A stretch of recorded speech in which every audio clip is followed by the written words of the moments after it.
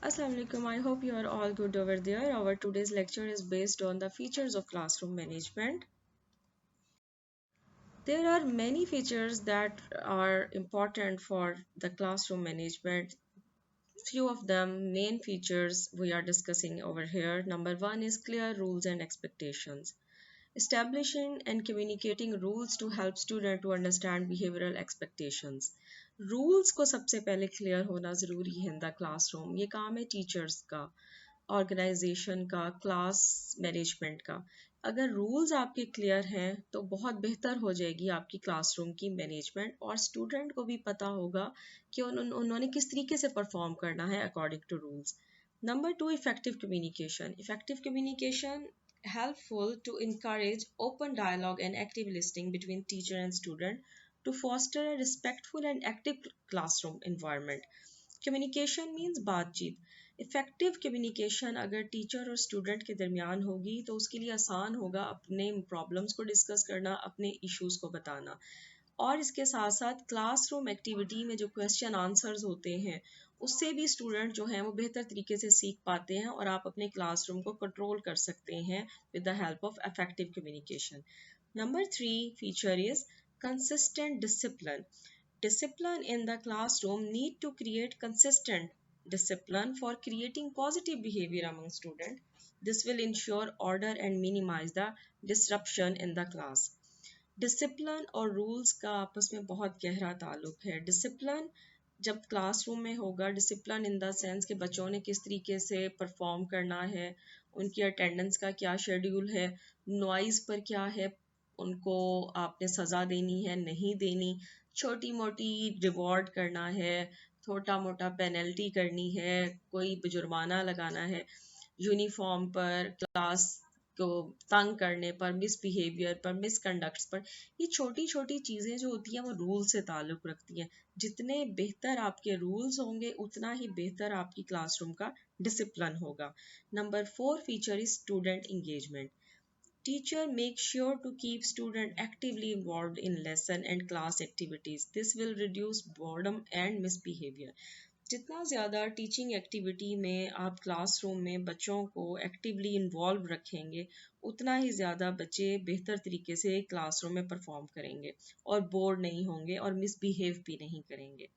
Next 5 point is classroom organisation. A well structured classroom design with good space for activities. Classroom की organisation या उनका sitting arrangement इस तरीके से होना चाहिए कि आपने अगर क्लासरूम में कोई एक्टिविटी परफॉर्म करनी है, कोई डिस्कशन एक्टिविटी है, तो वो प्रॉपर तरीके से बैठ सकें, प्रॉपर तरीके से डिस्कस कर सकें और प्रॉपर तरीके से उस एक्टिविटी को कंप्लीट कर सकें. Number six feature is positive teacher-student relationship. Teacher develop positive behaviors and build trust with students to enhance cooperation and motivation towards class. जैसा कि हम जानते हैं टीचर का रोल टीचिंग लर्निंग प्रोसेस और क्लासरूम मैनेजमेंट में बहुत अहम है. टीचर जिसने रूल्स भी डेवलप करना है, जिसने डिसिप्लिन भी इनकलकेट करना है और इसके साथ साथ पॉजिटिव बिहेवियर भी डेवलप करता है क्लासरूम में स्टूडेंट्स का. Number seven is time management. Efficient use of instructional time can ensure maximum learning and develop interest in class. Try to take break during long lectures and make some pauses during class. Time management क्या है कि आपने time का efficient use करना है. अगर आपका lengthy lecture है तो आपने ब्रेक्स देनी है 2 minutes, 3 minutes, 5 minutes according to your class situation. इससे क्या होगा, बच्चे थोड़ा फ्रेश हो जाएंगे. या क्लासरूम में अप एंड डाउन की कोई ना कोई सिटअप्स लगवा लें या उनसे कोई ऐसे क्वेश्चंस कर लें, थोड़ा सा फ्रेश करें उनको ड्यूरिंग योर लेक्चर. कुछ सम पॉजेज ले लें, पॉज लेना बड़ा इंपॉर्टेंट है. इससे भी ड्यूरिंग क्लास जो है बच्चे जो हैं वो उनकी इन्वॉल्वमेंट भी रहेगी, बोर भी नहीं होंगे और आपका लेक्चर भी कंप्लीट हो जाएगा. Motivation and reinforcement. In classroom teaching, using rewards, praise and encouragement help to boost student participation and increase the rate of their academic achievement. Motivation and reinforcement, जैसा कि हमें पता है अगर कोई बच्चा कोई आपको अच्छा काम करता है तो आप उसे बाय राइट कर दें, गुड दे दें, उसको स्टार बना दें या कोई रिवॉर्ड दे दें, कोई गिफ्ट दे दें, प्रेज करें, उसकी तारीफ करें और क्या करें, उसको इनकरेज करें, बूस्ट करें. इससे बच्चे में खुद भी कॉन्फिडेंस आएगा और वह क्लासरूम की एक्टिविटीज़ में भी इन्वॉल्व होगा। और इन सब के साथ साथ डेफिनेटली उसकी एकेडमिक अचीवमेंट भी इंक्रीज होगी, उसके मार्क्स भी अच्छे होंगे। सबसे इम्पॉर्टेंट चीज़ है जी क्लासरूम में बच्चे का दिल लगाना। अगर स्टूडेंट का दिल क्लासरूम में लग गया है तो डेफिनेटली उसने फिर एकेडमिक अचीवमेंट्स में सक्सेस लेनी ही लेनी है। Then conflict resolution skill. आजकल जैसे कि आपको पता है स्किल्स का दौर है, hard skills and soft skills are very important. Communication skills हो गई और इसके साथ साथ conflict resolution skill is very important, जिसमें teacher with sight and teach student how to handle conflicts and help them to maintain a peaceful learning environment. Conflict क्या है? कोई भी मसला हो जाता है क्लासरूम में, कोई इशू है, बच्चे आपस में फाइट कर लेते हैं, कोई मिसअंडरस्टैंडिंग है, मिसट्रस्ट डिवेलप हो जाता है, तो टीचर ऐसी एक्टिविटीज़ करवाए, इस तरीके से ऐसी स्ट्रेटजीज बताए बच्चों को जिसकी मदद से कॉन्फ्लिक्ट को रिजॉल्व किया जा सके। अगर स्टूडेंट्स को ये चीज़ें क्लासरूम में ये स्किल्स बताई जाएंगी, सिखाई जाएंगी डिफरेंट एक्टिविटीज़ के थ्रू, लेक्चर्स के थ्रू, इसमें क्या होगा, स्टूडेंट जब प्रैक्टिकल लाइफ में एंटर होगा तो वो आसान होगा उसके लिए ज़िंदगी को गुजारना।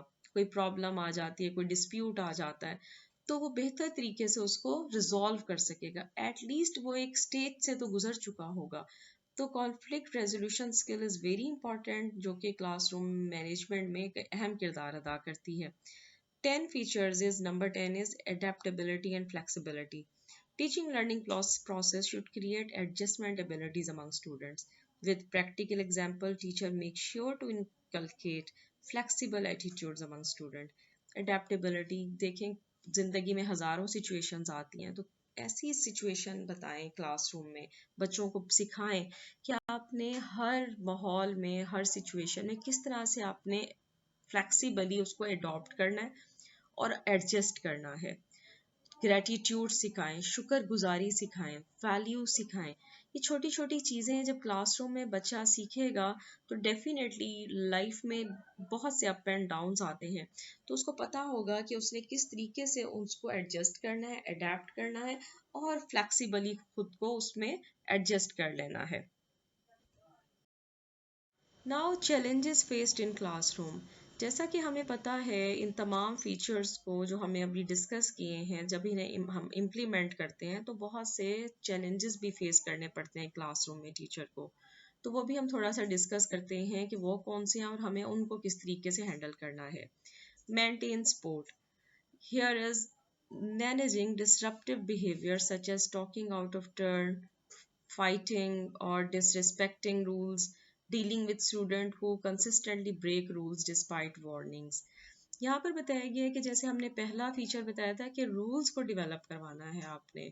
इसमें क्या होता है, बच्चे समटाइम्स रूल्स ब्रेक कर देते हैं, सीरियस नहीं लेते, लड़ना शुरू हो जाते हैं, रिस्पेक्ट नहीं करते हैं स्टूडेंट की भी, टीचर्स की भी और रूल्स की भी। तो आपने उसको किस तरीके से मैनेज करना है। मेंटेन स्पोर्ट, स्पोर्ट सिस्टम शामिल रखें क्लासरूम में भी, क्लासरूम इंस्टीट्यूट में भी, और बच्चों को साथ लेके चलें। नंबर 2 है handling diverse learning abilities. Managing a class with students of different learning diversities, different abilities, such as weaker students receive attention. यहाँ पर क्या है कि डिफरेंट बैकग्राउंड से बच्चे आए होते हैं, तो टीचर को क्लासरूम में पता होना चाहिए कि उसने डाइवर्स सिचुएशन को और जितनी भी डिसेबिलिटीज़ हैं और इंडिविजुअल डिफरेंसेस हैं उनको उसने किस तरीके से मैनेज करना है। और अगर कोई वीकर स्टूडेंट है उसको उसने कब और किस मौके पर अटेंशन देनी है, उसकी हेल्प करनी है। डिसेबिलिटी सिर्फ और सिर्फ फिजिकल डिसेबिलिटी नहीं होती है, डिसेबिलिटी आपकी मेंटल डिसेबिलिटीज भी हो सकती है, इमोशनल डिसेबिलिटीज भी हो सकती है स्टूडेंट्स की। तो टीचर को पता हो कि बच्चों की एबिलिटीज कौन सी हैं और डिसेबिलिटीज कौन सी हैं, उनको हैंडल करना आना चाहिए। नंबर 3 है engaging students, keeping student motivated and engaged in the lesson, and class fatigue with different technologies in the classroom. Engage रखें student को with using different techniques, different aviates, different technologies, और अपने lecture को with the help of all these things motivated बनाएं, interesting बनाएं कि बच्चे जो हैं towards your lecture motivated हों। Number 4 challenge time management. balancing lesson delivery with classroom activities and student engagement, and completing syllabus in time while allowing time for revision. Time को student के हिसाब से, लेक्चर के हिसाब से टीचर को balance करना ज़रूरी है. समटाइम्स बहुत से इसमें फैक्टर्स हैं, जैसे मौसम अच्छा है या स्टूडेंट थके हुए हैं, उस वक्त भी वो चाहेंगे कि थोड़ा सा ब्रेक मिल जाए. लेकिन according to all these things आपने अपना सिलेबस, अपना लेक्चर इन टाइम ख़त्म करना है, और इसके साथ साथ आपके पास इतना मार्जिन होना ज़रूरी है कि आप उनको थोड़ा बहुत रिवाइज भी करवा सकें, और स्टूडेंट को भी एक्टिवली इंगेज रखें in the classroom. Then we can develop a good classroom management style. Managing classroom resources, ensuring availability of teaching aids, books, and other needed resources in the classroom. Books available होना ज़रूरी है, teaching ads available होना ज़रूरी है. मतलब जो चीज़ें उस प्रोग्राम की या क्लासरूम की रिक्वायरमेंट्स हैं, नोट्स हो गए, लिंक्स हो गए, मटेरियल है, वो उन रिसोर्सेज को आपने मेक श्योर करना है ताकि किसी किस्म की डिस्टर्बेंस क्लासरूम में क्रिएट ना हो. Then dealing with emotional and behavioural issues, handling student with emotional difficulties, personal problems that affecting their learning. In class, a teacher should aware about the peer conflicts, bullying and social issues. Different तरह के issues बच्चों को face कर रहे होते हैं वो classroom में. समटाइम्स टीचर जो है वो बहुत ज़्यादा केयरलेस होते हैं, या समटाइम बहुत रूड होते हैं. बच्चे अपना मसला बताते हुए उनसे खौफजदा होते हैं या डरते हैं. तो टीचर को क्लासरूम में ऐसा माहौल क्रिएट करना है कि उसकी रिस्पेक्ट भी रहे, और इसके साथ साथ बच्चे उससे अपना प्रॉब्लम भी शेयर कर सकें. Then next is building positive teacher-student relationship. Gaining student trust while maintaining authority, further creating discipline, balance with student and develop positive approach.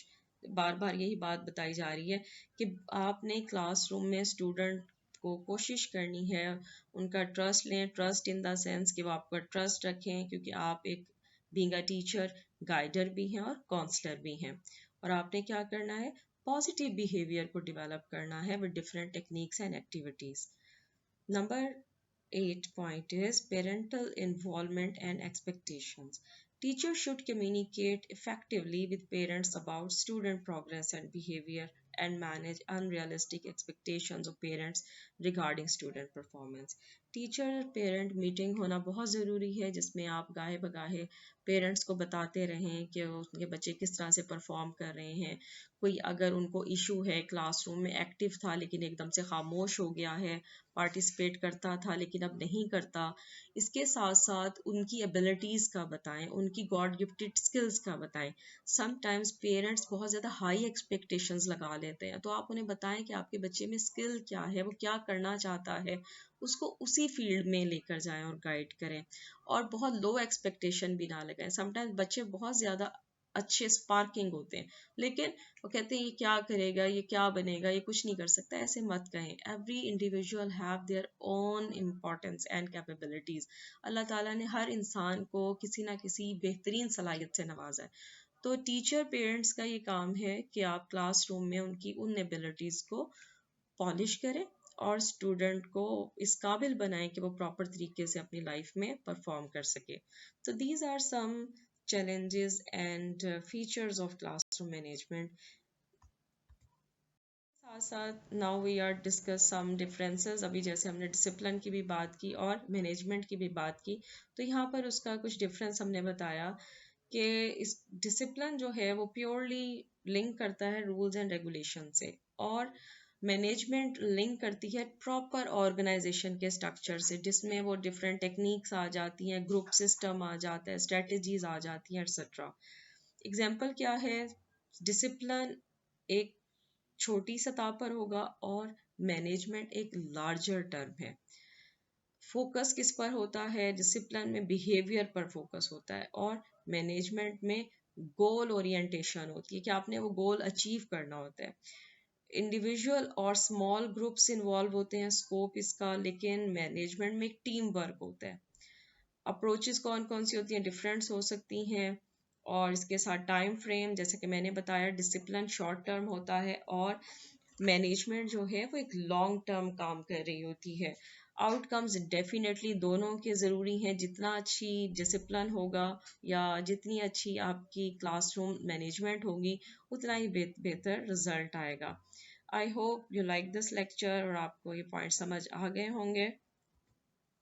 Thanks for watching. I hope you like the video. Do share with others for more informative videos. Keep watching my channel Candlelight. Stay happy and be blessed. Take care. Allah Hafiz.